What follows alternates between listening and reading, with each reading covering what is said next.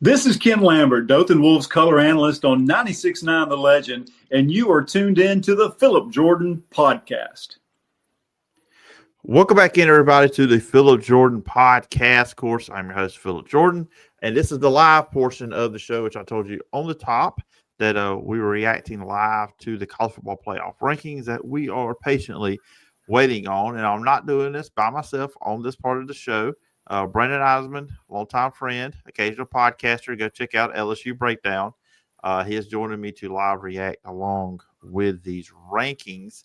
Right now, we are waiting on Memphis and Michigan State to wrap up in the Maui Invitational. Less than a minute left at this recording right now.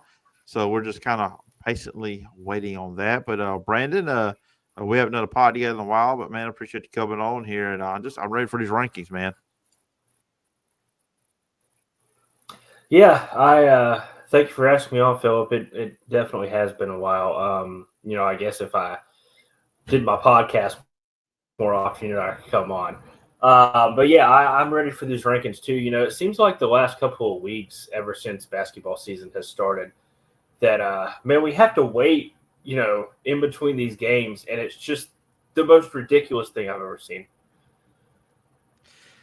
Yeah, it's kind of what we're kind of used to. I mean, obviously, for basketball fans, which by the time the audio audience hears this, obviously all of this will be final. They'll already know this, but Memphis and Michigan State, of course, those are the ones that fighting. Maybe Auburn will be playing. Auburn plays later tonight at 10 o'clock Central Time against North Carolina, and this is normally at this time, the rankings, you kind of in the past with the 14 playoff, we kind of knew what to expect. And we probably thought we were going to know what to expect this time. But after this past Saturday, of course, the Ohio State-Indiana game was the big one. That's what everybody was talking about. That came kind of way I thought it would go. Ohio State's just much better dominated up front. The receivers, special teams got Indiana as well. But I don't think a lot of us – now, I thought Florida would give Ole Miss a game. Ole Miss getting beat. Alabama getting beat. We saw some plenty of upsets on Saturday throughout the SEC and all over the place. So we look at how everything is shaping up now. Texas A&M losing to Auburn. That was another one. And now Georgia in the SEC championship game. Colorado losing, how that figures out with the Big 12.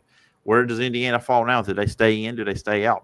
I think there's a lot of questions that we're kind of waiting to be answered with these rankings.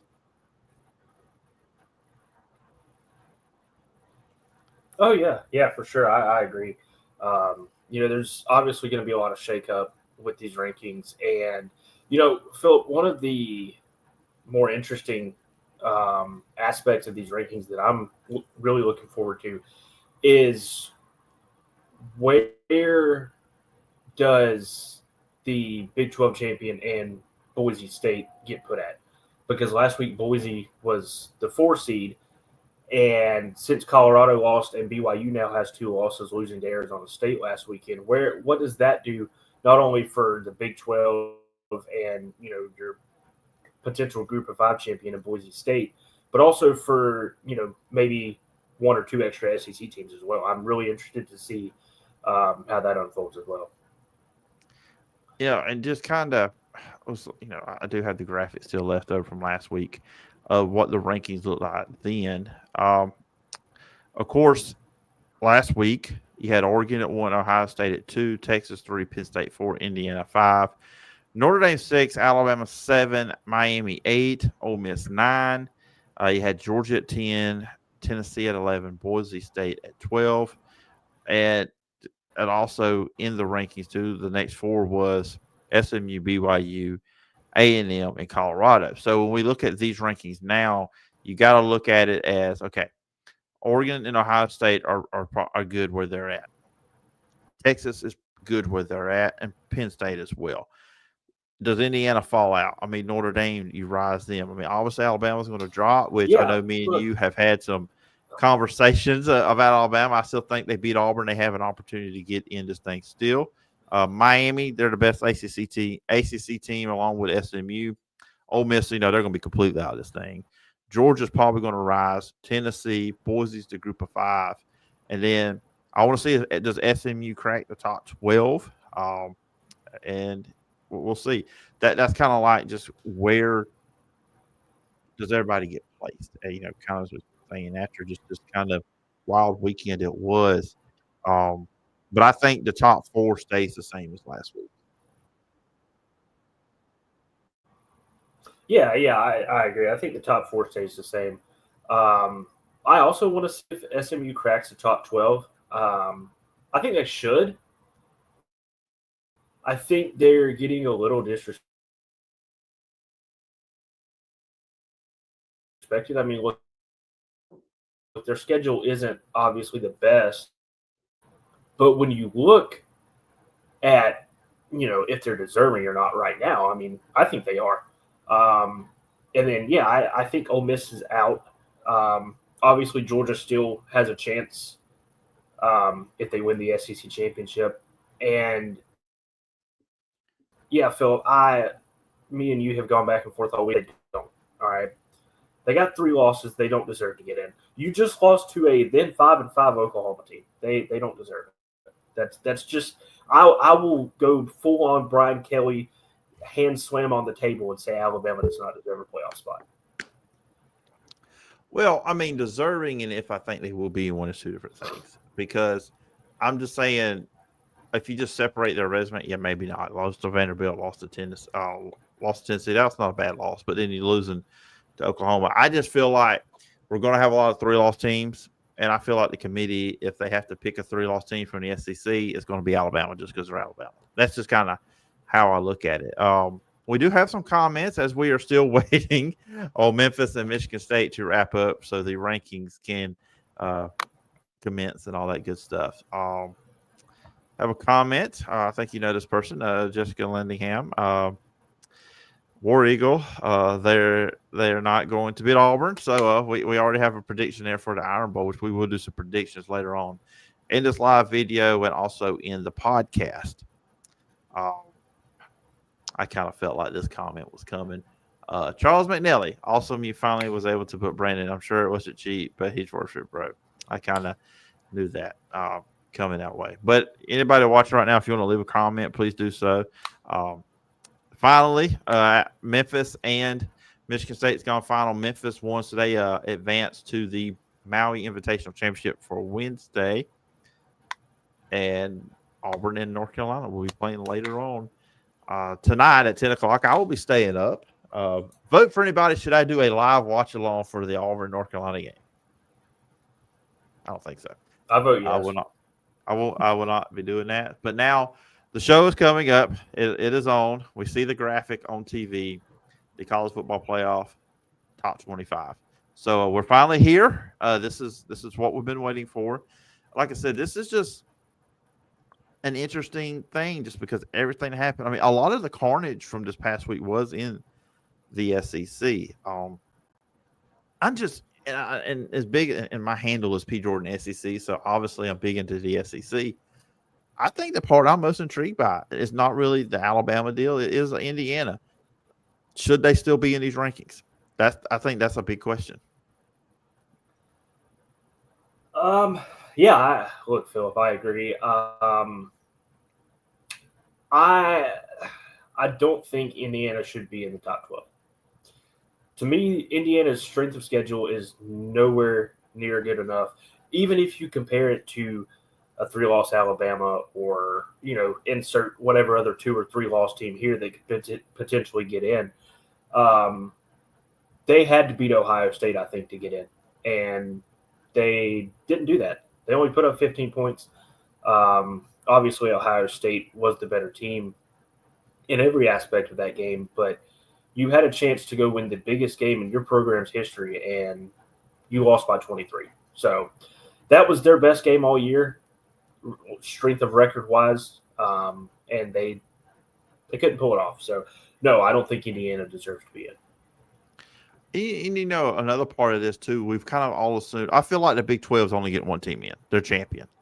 But now you look at the ACC, could these teams that lost, Indiana, Alabama, Ole Miss, all those teams, and the whole Texas A&M part of it, too, could that open the door for a second ACC team to get in? Like, say, the loser of the ACC championship game, Miami SMU, is a really good game. If they get in that way, that's also going to be an intriguing. And the whole thing with Texas A&M, they could still get in. They have 3 losses, only 2 in the conference. But if they beat Texas this Saturday night, they're going to the SEC championship game.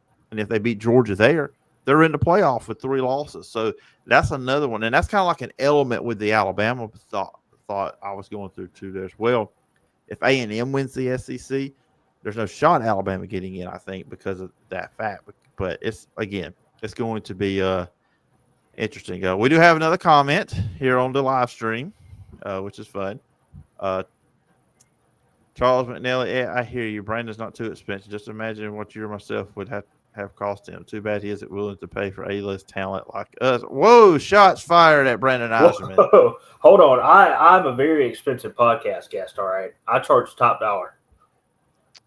Yeah, man, that's a rough comment there, Kenton.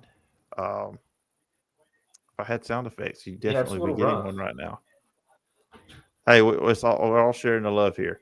So basically, now they're doing on TV right now as we're recording this, they are going over how the bracket looks. And that's another thing too. The rankings in the bracket are 2 different things. So you could be, it's not seeded how 1 through 12. I think that's a confusing element too as well. I really feel like they should just do the top 12 rankings as the seeds, if that makes sense. So just go ahead and rank who you think are the top 4 conference leaders or champions, and then seed everybody 5 through 12 that way. Because I think if you're not like heavily invested in what's going on with this, it can be confusing. Yeah, for sure. You know, when the initial rankings came out, that's how I thought they were going to do it. Obviously, we haven't seen that. I feel like with the top 4 seeds, though, they're kind of, aside from last week when they put Boise State in, they were putting, the best team in each conference, but obviously that changed. All right, we'll get into some rankings. Colorado fell all the way to 25. Kansas State's at 24. They were not ranked last week. Colorado fell 9 spots, so that was a deep drop for them. The Fighting Illini, Illinois, they go up 2 spots to 23, and that helps Penn State because that's the team they beat. We've been talking about who has Penn State beat. That's a team that now they can say on their resume. So now I guess it's not a USC team. Now UNLV is at 9-2 at 22. It's amazing. I wonder where they would be at had their quarterback not quit on the team. Yeah. We got Missouri at 21. I've been thinking that for a while. Missouri's at 21, so that's your 25 through 21. All right, at 20, Texas A&M drops 5 spots. They were at 15 last week. The loss to Auburn drops into 20.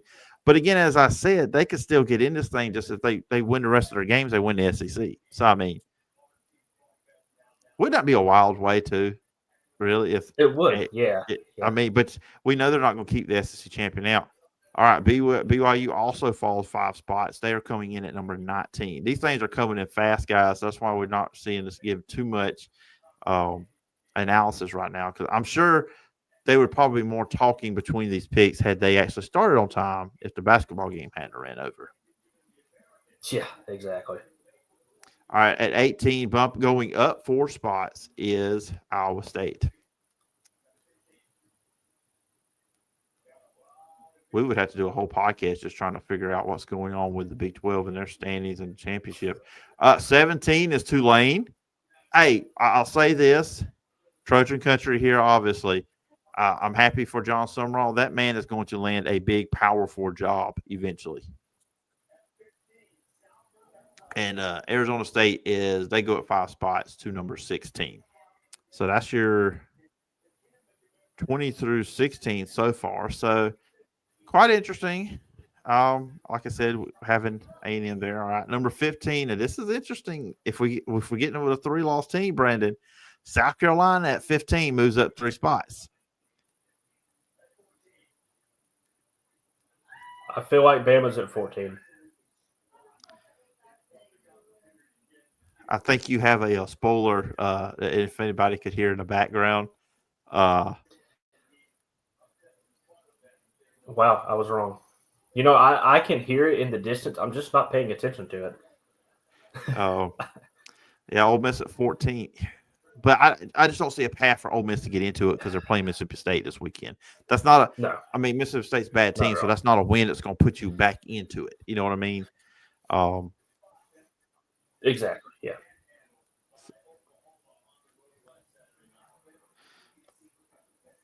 all righty. We do have some more comments. I can throw one up on the screen real quick.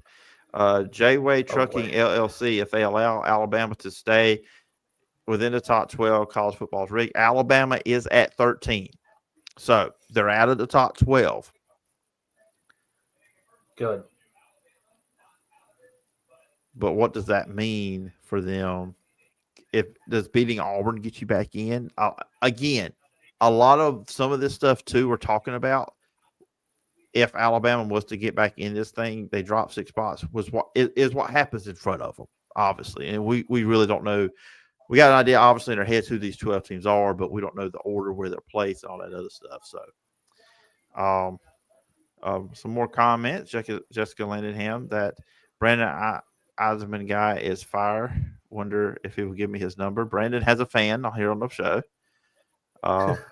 I'm Team Brandon all the way. So, all right. So Clemson comes in at 12. Now, that's interesting. We were talking about 2 ACC teams. Is Clemson now? And think about it. They play South Carolina on Saturday. South Carolina's 15, but also, again, if we're going to get a 3-loss SEC team, maybe we've been ignoring South Carolina, because if you beat who the committee believes is the 12th best team, does that make you jump Ole Miss, Alabama in that scenario? I think you should. I mean, that's a really good win if you're South Carolina. So that putting Clemson at 12 makes things interesting for rivalry weekend this weekend with Clemson and South Carolina playing. Yeah, for sure. Okay, Boise comes in at 11. So I mean, no shocker that they've kind of stayed in that same spot. Yeah, that 12-11 spot. Yeah, they've stayed there the last 3 or 4 weeks. I feel like, I mean, Tulane's playing really well, but they have 2 losses. They need Boise to lose some games now. So, all right, who is going to be number 10?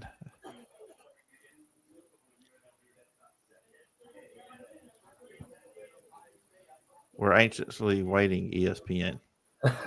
Yeah, they need to bring it on. I know it. Who do you think is number 10? Wow. Well, I might be ahead of you, but yeah. Indiana, they're still in it, and you have to feel like they win this week. Wow. They would be there. They drop. Okay, SMU goes to number 9. So there we go. Another ACC team in the top 12. I feel like now we're looking at the possibilities. I mean, for most of this year, we looked at it as, okay, there's no way that more than one ACC team gets in. It's the champion.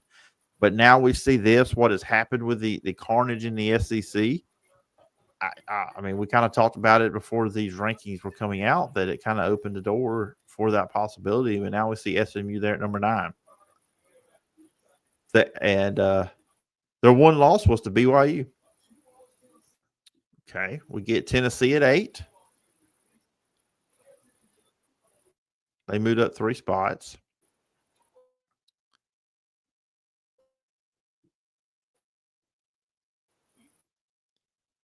Who is number 7? Because SMU, Miami, and Clemson don't play each other. Yeah. So, but 2 of them will in the ACC championship game, of course. So you got to kind of figure more than likely the loser between whoever that is, especially SMU, Miami might fall out. Georgia comes in at 7. So they moved up 3 spots. And of course, with Georgia, they played Georgia Tech this Saturday, or this Friday, actually. And then they will turn around the following week and play in the SEC championship game, which right now would be them in Texas. But then again, we still have the winner between Texas and Texas A&M will decide who wins who gets that other spot in the SEC championship game. All right, Miami goes up 2 spots. They're at number 6. I feel like the top 4 is going to be the same as it was last week.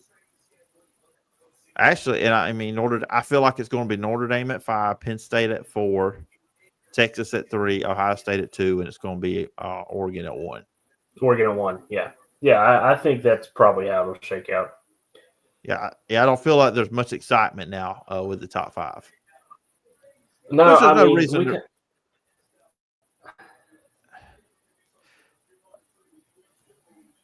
there's really no reason why there should be any changes because none of those teams really did anything for you to knock them down, honestly. I mean, maybe Penn State, they struggled, got a struggle win against Minnesota. That game was close for most of the game. But outside of that, I mean, Notre Dame was dominant. Ohio State was dominant. I mean, Texas took care of business. I mean, all right, so Notre Dame goes up to 5. So, yeah. They take the place of where Indiana was at. Yeah, so the top 4 is going to be the same.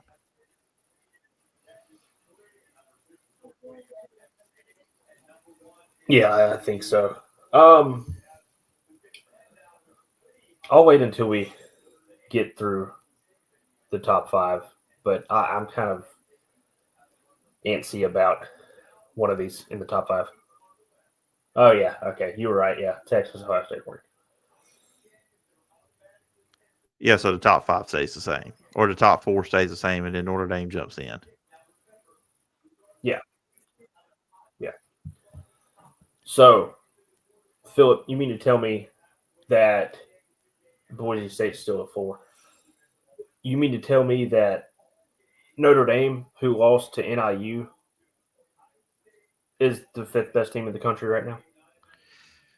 So obviously the committee is looking at where their wins, and they've got some decent wins. Now, USC's talented enough maybe to pull an upset. I don't know. We'll see what happens this Saturday. But now they're about to show us what the actual bracket looks like. And that, like I said, that's always this is almost a confusing part of it. So number 1 is Oregon, number 2 is Texas, number 3 is Miami, and number 4 is Boise State. I still feel like whoever the Big 12 champion is going to jump Boise. That's just when we get to the final ranking, I just feel like that's what's going to happen. Honestly, Phillip, I think I disagree with that, and here's why. Because whether it's Arizona State, Colorado, Iowa State, BYU, whoever it is, when you put their resume up against Boise, if Boise finishes 11-1, wins the Mountain West, their only loss is a 3-point loss to undefeated number 1 Oregon right now. I think that stacks up better than a 2-loss Big 12 champion. I mean, the resume, that's good. I guess for me, I just feel like I just wonder, does the committee have it in them to do that, to put a group of 5 team in as the 4? They showed the bracket and everything up there. I mean, somebody's going to have to go to Notre Dame. We know that. Yep. That's the way it's going to work.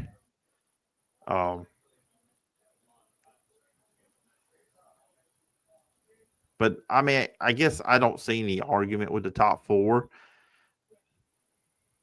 I think Penn State's being helped out that Illinois is now in the top 25. I think that without a doubt is a big thing that's helping them out right now. Oh, yeah, for sure. If Illinois wasn't ranked, I think we would see Penn State probably 6 or 7. But yeah, Illinois being ranked obviously helps them. It kind of goes and back obviously to this. They lost to Ohio State. And, it kind of goes back to this for me on this whole thing. We look at it, you have Oregon number 1. That is no question. They're undefeated. Ohio State 2, I have no issue. And then Texas is 3, Penn State 4, and then Notre Dame 5. Now, when we look at some of these SEC teams, and I know all the SEC haters out there hate this conversation. Georgia would be favored I think, against all those teams. Maybe not Oregon because Oregon's undefeated, but it would be a close spread. I think Ohio State, Georgia would be even. I think Georgia obviously would be favored over Texas because they've already beat Texas. We've seen that on the field. And then I think they obviously would be favored over Penn State, and Georgia would be favored over Notre Dame. I feel like Tennessee would be favored over Notre Dame and Penn State. So my whole deal with this is, okay, this is who they rank 1 through 12, but are these really 1 through 12 the best teams of college football? And that's what I have my questions about. I just want this thing ranked 1 through 12, the best 12. I want it seeded that way. Look, if you win your conference, okay, you get to go to the playoff if you're a Power 4 and in the best group of 5. I'm fine with that part. But I don't think that should automatically give you a off week, a bye week in the first round. I still think the seed should be 1 through 12, the best, because you're going to just get you're going to have some teams, I think, playing that first weekend that are better than the ones that are off. But look, it's the first year of the 12-team playoff. They'll make some tweaks to this thing, but that's just kind of how I feel about it. So if Texas A&M was to beat Texas and then beat Georgia and get in as a 3-loss SEC champion, are they deserving of a first-round bye? I don't think so. No, because you got 3 losses. That's the part that you're just going to get at you.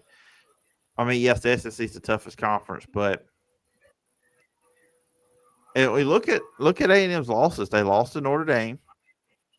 They lost to South Carolina, who's at 15, but then you lost to Auburn. And that hurts you. Yeah, so you would have an Ohio State, Arizona State matchup. You'd have Georgia and Tennessee in the first round, Indiana, Penn State, SMU, Notre Dame. The game that intrigues me the most out of that is that SMU Notre Dame game would be a lot of fun. And I think SMU could beat them. Yeah, well, not only that, Phillip, I agree. I think that would be probably the most interesting game there. We've already seen Tennessee and Georgia. I don't think Arizona State has the offensive firepower to keep up with Ohio State. We saw that with Indiana last weekend. Speaking of Indiana, at Penn State, I like Penn State at home in that game, and then SMU Notre Dame, obviously. I think that's a really interesting one. But basing it off of this right now, you have Notre Dame hosting in South Bend, you'd have Penn State hosting in State College, and you'd have Ohio State hosting in Columbus. Potential snow games for the college football playoff first round, depending on how the weather is. So that could be a factor too. But do we really want to see Tennessee have to travel to Athens again? Because I don't. Yeah, that will be, but that's the whole thing we're going to be getting in this whole deal with the playoff. We're going to be getting rematches, but yeah, I think a lot of people don't want to see that. But it is what it is with that. I think with these rankings now, it's a good time for us to transition into a look at the games for this weekend. I think I'm going to start with the SEC on that. And, of course, we're going to have some games on Friday. Feels weird we're not getting the Egg Bowl on Thursday night. We're getting it on Black Friday. But Mississippi State, Ole Miss. Ole Miss is a 26-point favorite here. Ole Miss is going to win this game. They should, and I think they will. But what's their mindset going to be like? Because pretty much now it's a failure of a season for them because, look, and people get on to me when I say that kind of thing too because, well, not everybody can win a championship. But for this Ole Miss team, this team was built to be a playoff team this year. And the fact is that they're not going to be in the playoff is disappointment. You saw it in Lane Kiffin after the Florida game in the press conference. You could tell he was distraught. So how does Ole Miss come out? Are they lethargic? Are they just going through the motions? I don't think it'll matter. They should win this game. But by 26 points, I don't think so. Yeah, look, I agree. I'm going to take Ole Miss to win that game, but yeah, I don't think I think Mississippi State covers that, but Mississippi State's not good. So it's probably going to be a low-scoring game, especially if we see Jackson Dart that played last weekend against Florida. That's really the thing with Ole Miss is I was expecting them to be, this up and coming powerhouse under Lane Kiffin in the SEC this year, and it just didn't come to fruition. I mean, you have 3 losses. You were expected to contend for an SEC championship, and now I don't have the SEC standings, right in front of me, but they're probably somewhere middle of the pack, close to it, and that really is unacceptable for a team that has that much talent. And I mean, yeah, they may be, have a little sour attitude, because they have 3 losses, but you've got to go out and finish 9-3 and still get a good bowl game, even though you didn't meet expectations for the year. Yeah, definitely. And then the other game on that day is Georgia Tech at Georgia, in the SEC. We'll get to kind of more national games after we run through the SEC. Georgia Tech's kind of Georgia, again, I'm going to go with the favorite here. Georgia's favored in this game by 19.5 points. Georgia should, and I believe they will win, but Georgia Tech's not one to look past either. We saw what they did against Miami. They could run the ball. I think Georgia takes care of business again in this one, but I wouldn't be surprised if Tech keeps this thing close for a little bit. Yeah, I think Tech can definitely keep it close for at least a half, maybe a little into the third quarter. If this game was at Bobby Dodd in Atlanta, I would probably take Georgia Tech a little bit closer. But, I mean, you're playing between the hedges in Athens. That Georgia crowd is going to be absolutely super loud. And you've already clinched a spot in the SEC championship, but you can't look past them. You need this win and then go to Atlanta and, handle your business, find your way in the playoff. But, yeah, Georgia Tech's a sneaky team. They did beat Miami, but they're playing a different team in Georgia. I like Georgia at home. That would be wild. Get upset by Georgia Tech and turn around and beat Texas A&M the next week and win the SEC. I mean, still get in the playoff. Yeah, after this the way this season has gone, I would not be surprised by any of that. It just would not shock me at all. There's nothing that I don't think can surprise me the way the season has been. So, okay, at 11 o'clock on Saturday on ABC, we'll have Tennessee traveling to take on Vanderbilt. Tennessee 9-2, Vanderbilt 6-5. Tennessee's favored by 10.5. This to me is a tricky game for the Vols because obviously they need to take it serious. Vanderbilt has played well the last couple of weeks. They've got some losses put on them, but with Diego Pavia, this team is capable of the upset. Ask Alabama and some other teams as well. Tennessee win. It's 10.5. The over/under is 48.5. Tennessee wins this game. Their defense is good. Defensive front, I think, will get after Diego Pavia, and then Dylan Sampson will have a good day on the ground. But I actually feel like this is going to be more like a 7-point game for the Vols. I could definitely see Vanderbilt keeping this close, but I agree with you, Phillip. I think Dylan Sampson has a pretty good game. I think Vanderbilt's going to have a tough time stopping that Tennessee offense. And all 20 of the Vanderbilt fans that will be in attendance are probably going to – they may stay the whole game, but if they're losing by, 10 or 14 into the fourth quarter, they're probably leaving because we all know that Vanderbilt Stadium is really just a home game for the away team. But in all seriousness, though, I do think Tennessee wins. Yeah, I do as well, obviously. So the other game at 11 o'clock, feels like these two always play 11 o'clock games every year on rivalry weekend. Number 15, South Carolina at 8-3 at number 17, Clemson. They are 9-2. Clemson's a 2.5-point favorite in this one. This one I think is going to be a wild rivalry game. I think it's going to be a great game to watch. I'm looking forward to checking this one out. I think South Carolina's going to beat them. I think South Carolina's better than Clemson. Look, South Carolina, the only game they got blown out in this year was against Ole Miss. They lost a very close game to LSU, a field goal kick away from that game being completely different. And look, they made some mistakes toward the end against Alabama, I think, in the key moments that prevented them from winning the game. South Carolina is very close to being a one-loss team. So I think South Carolina's better than Clemson. I think South Carolina takes care of business, and they will upset the Clemson Tigers. I'm also going to take South Carolina. I'm not going to spoil anything for the remaining picks that we have, but I think South Carolina wins this game and potentially finds their way in the playoff. That's all I'm going to say. Look, There is a path, without a doubt.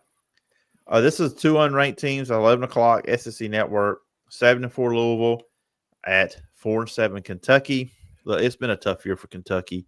The offense has been bad. Defensively, they're good. I mean, they've got the upset win over Ole Miss. That's kind of like the highlight of the year for this Kentucky team. But this would also be a highlight if they were able to beat Louisville, their arch rival, give them a loss to close out the year. I'm just going to call it. I think Kentucky upsets Louisville and gets their 5th win and heads into the offseason, and they'll be trying to figure some stuff out offensively. Not so fast, my friend. I'm taking Louisville in this game. Okay. Look, I can see it.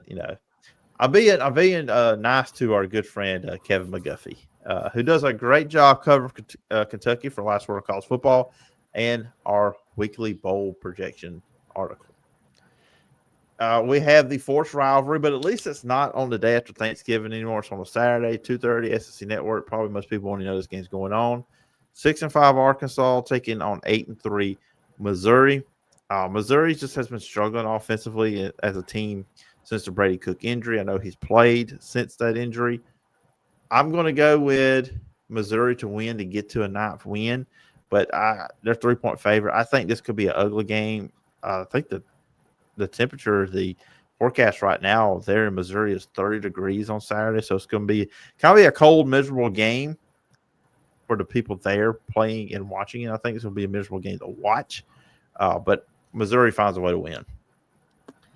Yeah, I think Missouri wins as well, Phillip.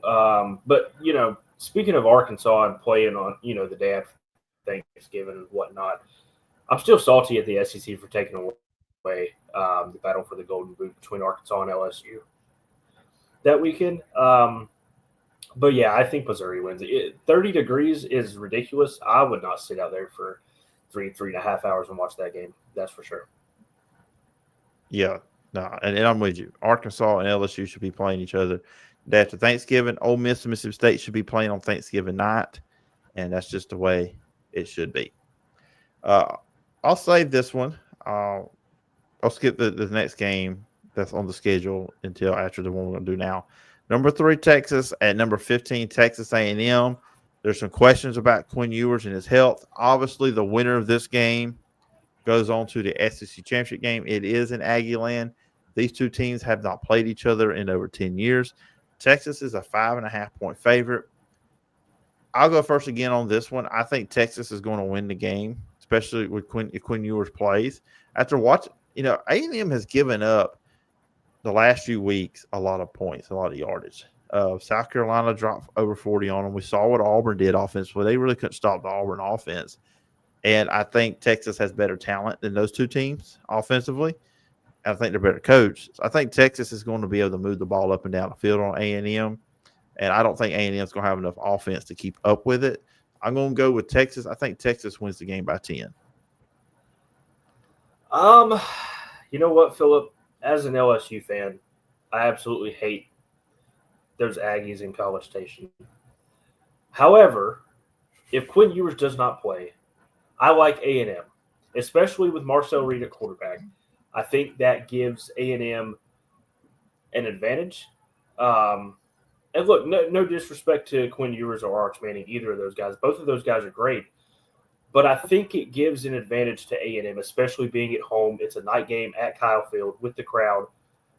Both teams are fighting to go to Atlanta to play Georgia. And a Texas loss may still get them in the playoffs somehow, some way, as long as it's not a blowout. I like A&M to sneak this one out. I think it'll be close within a touchdown. That kind of goes back to our college football playoff discussion. Like Texas, who have you beaten? Exactly. Because they're early in the year, they, pound their chest over the Michigan win. Well, Michigan's not good. So now it's kind of like they have not beaten anybody. In the one big game they were in against Georgia, they got dominated up front. They got whipped. I mean, I know it was a 2-score game, but it really wasn't that close. So we'll see what Texas shows up. This is their opportunity to show everybody that they are a championship and a playoff caliber team. Let's talk about your team you like, the LSU Tigers. They will be hosting the Oklahoma Sooners coming in after that upset win over Alabama, 24-3. LSU's a 6-point favorite. This game is in Baton Rouge at night. That always means something unless they're going against the Crimson Tide. I'm sorry, Brandon. I did not mean to bring up a bad thoughts. The only thing here, Oklahoma ran the ball with Jackson Arnold, their quarterback, a lot against Alabama. And we, again, not to bring up bad memories, but we saw what Milroe did running the ball. But Oklahoma does not have the passing threat at receiver that Alabama has. So with LSU, I think LSU was better defensively this year with Blake Baker as the defense coordinator. Oklahoma's defense is really good, so kind of I feel like they can keep them in the game. But I just don't. I don't think they're going to be able to be as successful running the ball as they were last week against Alabama because they were at home and all that stuff. I think LSU is going to win this game probably by 10 points. All right, Phillip, you put me on the spot. As an LSU fan, I rarely ever pick against the Tigers. But this year has been so bad, so abysmal, that this is a game I can see LSU dropping to end the year. The defense, they're good at times, but they're not, great. And Nussmeier's iffy. He can be good one game, bad the next. Oklahoma's coming off that really big win against Alabama. And even though their offense isn't that great, I think they find a way to hit a few big plays against this suspect LSU defense. And I think Oklahoma wins. Wow, you're picking against your team. I am surprised on that one. Yep. So moving on, there's no real easy way to transition from that because I'm just shocked that you picked against the LSU Tigers at home at Baton Rouge. I'm just completely surprised by that one. Florida at 6-5 against 2-9 Florida State. Look, early on this year, I think everybody was ready to say, okay, fire Billy Napier, bring Lane Kiffin, or whoever you have to get to Florida. I know we're all shocked by Florida State. I picked the team to win the ACC. I thought they brought back talent, but hey, that's just another sign with the portal stuff. Just because you bring in a lot of great players, a lot of good players, talented players, don't mean they're going to gel correctly. And we've seen what happened in Florida State with DJ Upart. That was a mistake by Norvell. Florida, 6-5, they played much better with DJ Lagway. I think there's a lot of positive energy going to be with Florida going into the offseason. Florida should win this game. They're a 14.5-point favorite. Florida State's ready for this season to be over with. Will they even sell out for this game? I just feel like those fans are just over it at this point. Florida State ends the year at 10-2. Florida takes care of business, and they go to a bowl game and have positive momentum going into next year. Phillip, you know this. Florida State is my second team, right? And while Florida has, had some momentum towards the end of the year, and DJ Lagway is going to be a very, very great quarterback in the SEC for the next couple of years. Billy Napier's turned it around. Florida State has struggled mightily this year, all right? And freshman quarterback Luke Kromenhoek played really well last week. I know it was Charleston Southern, an FCS team, but he played really well in place of Brock Glenn, who replaced DJU. I like Florida State to get the win at home. I don't know why. Something's just telling me Florida State's going to find a way to squeak this one out. You know what? It may not be full because they can only fit 50,000 inside Doak Campbell right now because of, all the renovations going on. But I think the Seminoles find a way to spoil Florida's hopes to end the season on a high note. All right. So now, okay, so we were going through the SEC game. So obviously the one we have not picked is the Iron Bowl. We're picking that game very last. We're going to look at some national games going on. We're not going to go through every top 25 matchup because this podcast, for the podcast audio listeners, it's a long one because you got 50 minutes worth of guest content on this episode too as well. But just looking at the top 25, I'm just going to run through these real quickly. Of course, we'll have games on Friday. That Memphis Tulane game is quite interesting. Shout out to Wes Pruitt. Not necessarily saying we're going to pick it, but even though we would rather have the Egg Bowl on Thursday night, that's not a bad replacement. 2 9-2 teams, group of 5. See if Tulane can close out their conference season undefeated. So that's going to be an interesting game on that on Thursday night.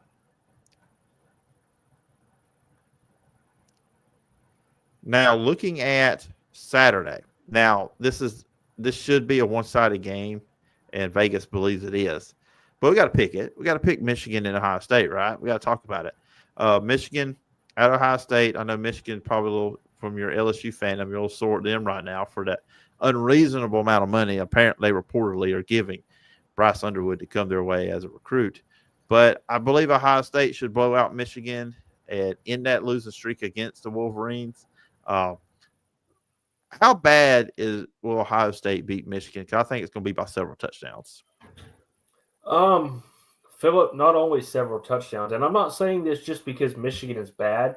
I'm also saying this because they threw an insane amount of money at a high school kid to steal him away from LSU for next year. So I'm still salty about that. Ohio State by, I don't know, 4 or 5 touchdowns at least.